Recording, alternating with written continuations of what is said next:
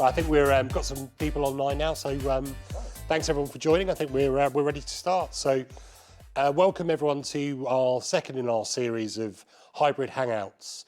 The really observant amongst you might realise that's a slight name change from last time, but we felt this was a bit more current, a bit more edgy, so we've gone with a slightly different name.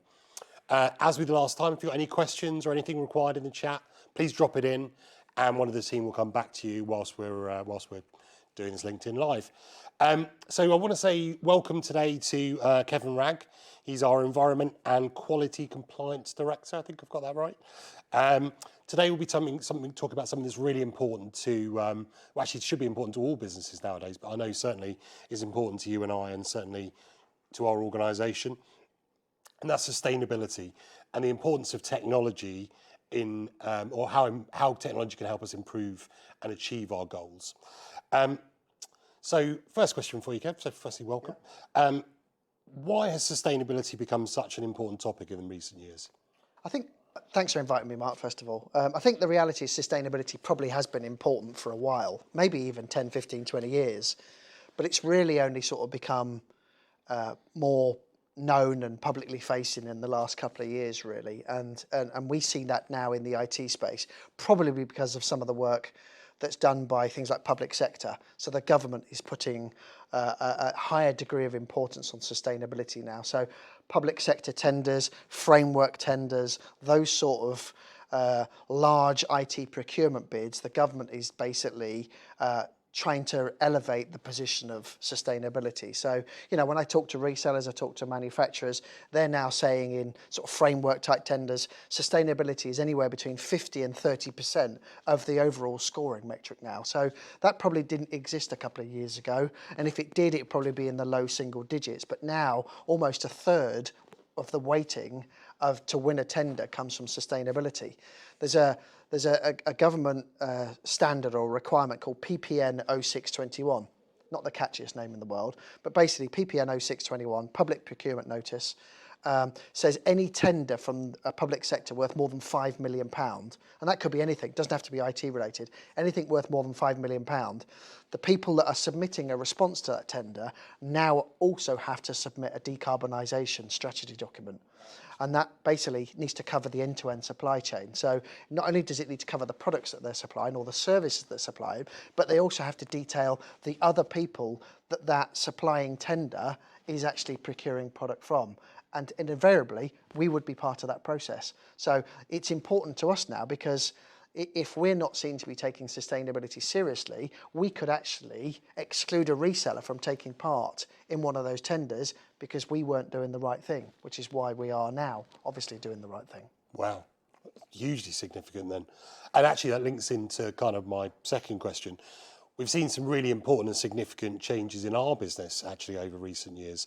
So what's your kind of perspective on our journey so far? I mean, like you say, I mean, we started this journey a couple of years ago. I mean, you were actually part of that journey because you helped us find some carbon consultants, you know, through your relationship with Andy Gummersall. So, you know, the reality is I think IT has played quite a contributing part in the overall climate crisis. So we've been a contributor to some of that climate emergency. But actually, I'm a firm believer that the IT channel is probably another industry that is actually going to provide solutions and can help resolve and fix some of those problems. So we're best placed to try and resolve that. You know, the consultants that you identified to us a couple of years ago, Arete Zero Carbon, we've worked with them now for nearly 2 years. They helped us do a full scope 1, 2, 3 assessment of our UK and Irish business. We're still probably the only distributor in the UK right now that's done a full scope 1, 2, 3. So they audited our entire business, both in the UK and Ireland, and then they basically gave us a very comprehensive, detailed report. And naturally, you then go for the low-hanging fruit, the easy wins, and that's what we've done in the first sort of stages. Is work out which bits have we got direct control over, which bits do we have influence over, and then which other bits do we have no control, no influence over, but we want to monitor them because they're a significant part of our carbon footprint. So that's basically what we've been doing over the last 12, 18 months, is working out which bits can we change. And we've made some significant changes. Obviously, the office move and the refurbished move of Bracknell and the office move from Basingstoke was a significant part of that, because for those that know the old Basingstoke building, it wasn't compatible with our vision moving forward in terms of sustainability. And that's why we moved to this new modern building. It's got 560 solar panels on the roof. It's using renewable energy. It's a far better mix and is in line with our sustainability goals moving forward. And I think with that office move, we've also seen a really different kind of approach, the layout, the style of the office, some of the staff benefits we actually offer to people, and probably, sort of thinking about it from a Maverick perspective, the prevalence of technology within the office and kind of how we use it.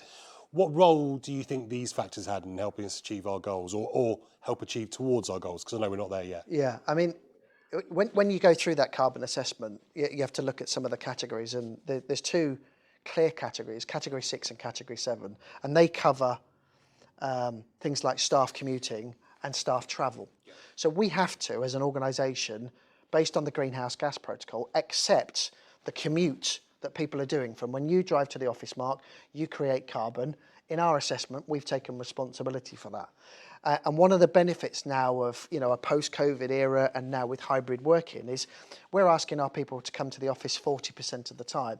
So the other 60% of the time, if they're at home, that's a 60% reduction in the carbon footprint that we're taking responsibility for. But more importantly, you're not having to drive at all. So actually, you've got more time at home. You're not contributing to the climate emergency. You're not creating carbon. So whilst we then don't have to account for it because you're not creating it, at the same time, you're also not creating it in the first place. Yeah. And so hybrid working really has been, it will have a real positive impact on our carbon footprint, because we measured it based off 2019 data, which is before COVID.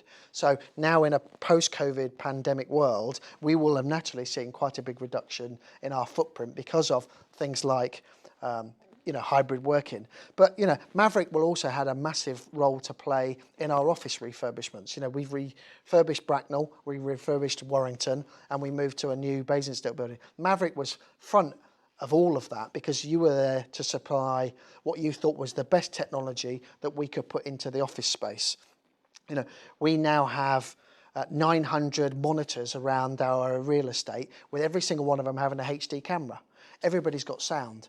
And what we were trying to create was, if we're going to work in a hybrid environment, it needs to be positive for the person in the office as well as the person at home, because there's nothing worse me dialing in remotely to a meeting that you're holding if I can't see you or I can't hear you, or vice versa, you can't hear or see me. People get frustrated. They then don't join those meetings moving forward. So Maverick played a real critical role in working out what is the best kit. We probably over-indexed how much money we spent on the kit because we wanted to get it right first time. The beauty is, every meeting room you go into in this building, or Bracknell or Warrington, has the same camera, the same sound, the same Logitech soundbar, the same Logitech interface. People only have to use that technology once, and it's the same space across the entire real estate in the UK. So, Maverick will have played a critical role in that. Other things that we've done, 3 out of our 4 offices are now on green energy, for example. So we've done a deal with our energy provider.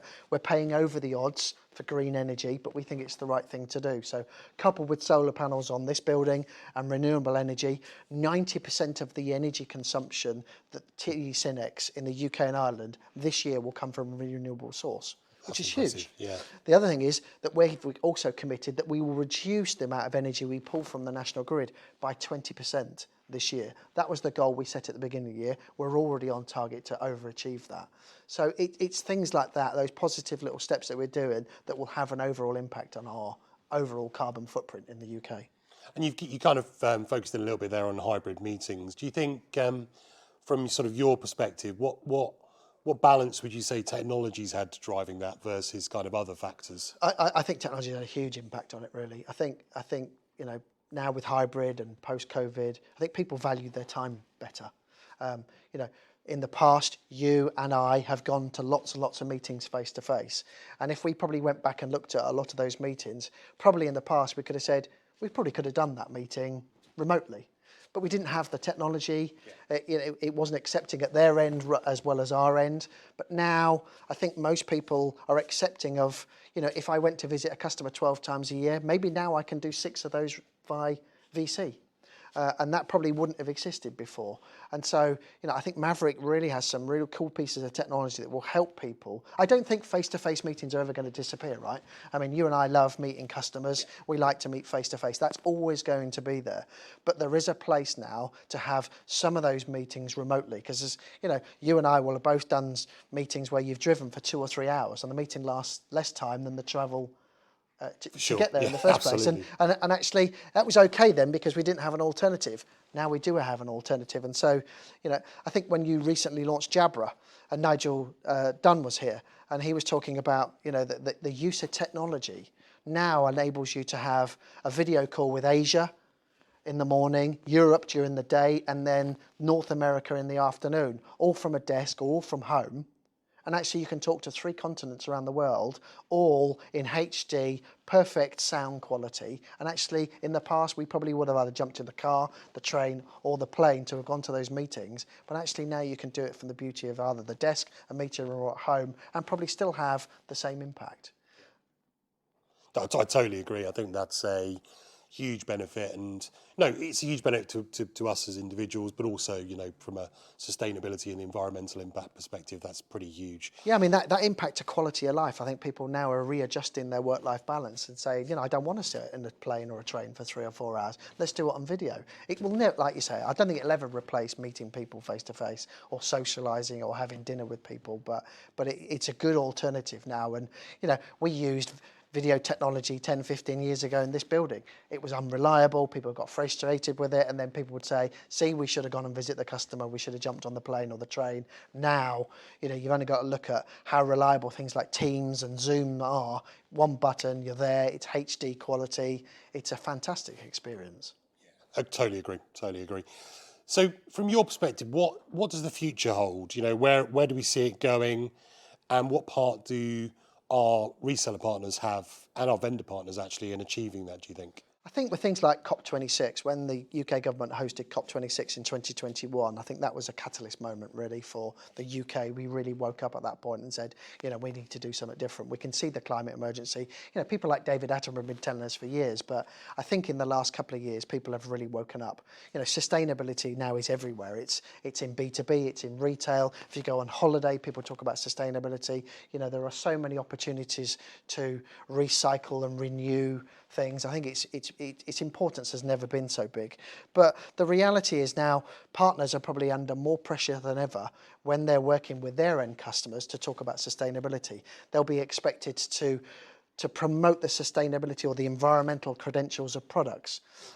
They will be expected to understand the power consumption of those products and why this product, which might be more expensive, in the long run might actually be a better proposition than something else. End users now will be pushing reseller partners and us to take back old equipment. So yeah, we might have sold 50 projectors or 50 large format displays to a reseller who's gone to an end user, but the end user will now be expecting us to do something with that old kit. And I think Maverick is well placed to be able to offer solutions to partners where they can bring back that old equipment, we can repurpose it, we can potentially resell it, or we can do something else with it other than it going to landfill. And when you look at those public sector tenders, now the weighting is not necessarily about price anymore. It's about the sustainability part of it as well. I'm a firm believer. I think that some tenders in the future won't be about price at all. Maybe in the past people won business because they were the cheapest, but actually moving forward, I think it will be about, here's a good product. The reason why you should use this product is these environmental credentials. There's the fire alarm going off. You can't believe it, can you, Mark? Maybe it's just a test, hopefully. I'm assuming it was a test. Or maybe it was an alarm to tell me to shut up. But effectively, people will now be expecting people to take that old kit back. And, some of the services that we've got in our services BU will now enable Maverick customers to replace equipment, bring back the old stuff, and we can do something positive with it.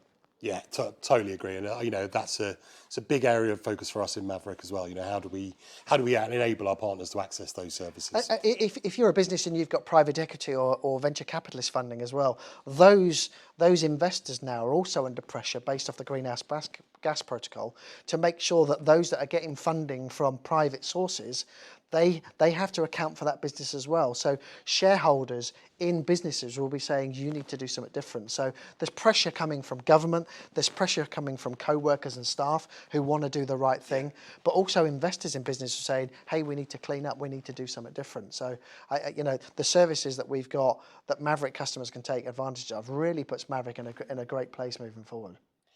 Brilliant. And final question for me, because we'll run out of time, but what are the 3 things a partner should be thinking about at the beginning of their journey? If they haven't started already, what advice would you give them? I mean, it really depends on the size of the organisation. I mean, some of the stuff that we've done is a little bit easier for us because we're, a global $50-60 billion company. But even if you're a reseller partner that employs 3, 4, 5 people, you can still do something. I think the first thing I would suggest people do is try and work out what their carbon footprint really looks like. Yeah. And if you can't work that out yourself, there are various software packages available. Some of them we sell. We sell a product from IBM called Invisi. Microsoft have got a product called Microsoft Sustainability. There are software packages that will help you do it.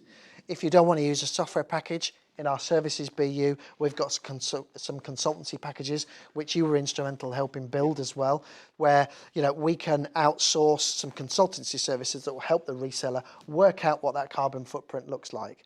Then once you've got that's you understand where your carbon is coming from, the next thing I'd say is build a plan. Do something. Something is always going to be better than nothing. If you're a big company, you're probably going to be able to do more than a small company. But even things just like switching to green energy, that doesn't take a huge amount of work and effort to flip your energy provider to a green renewable source. Some of the things that we've done recently that have a positive impact on our carbon footprint have just been us asking a better question of the supplier.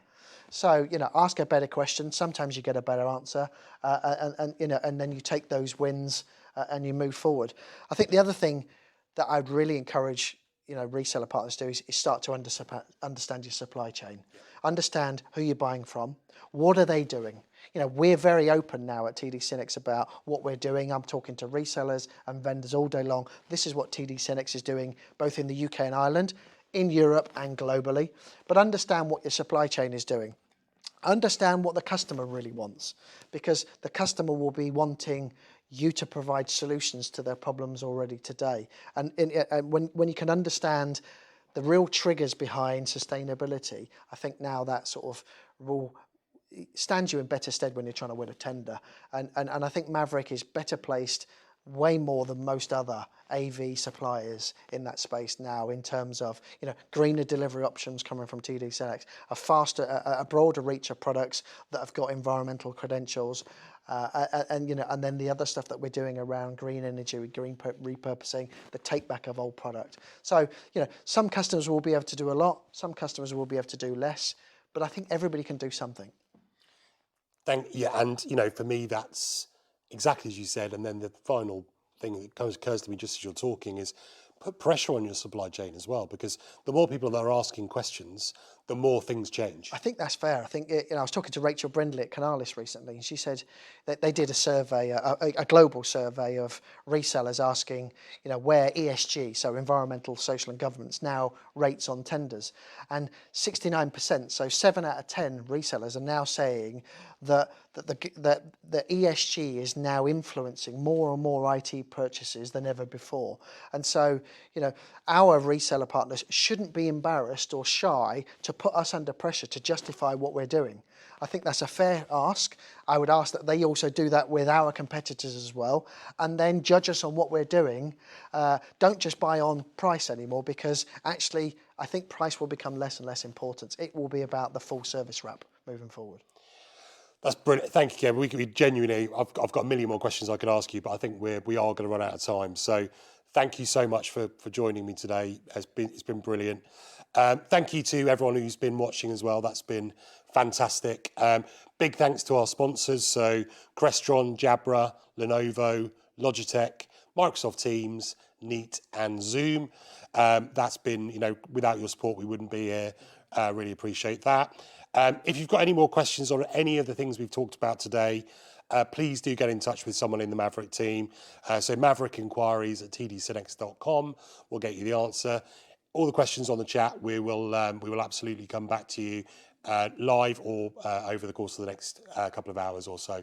Thanks again to everyone. Thanks again, Kev. Thanks, Mark. Great to see you again. Thanks for your time. See you soon. Thank you.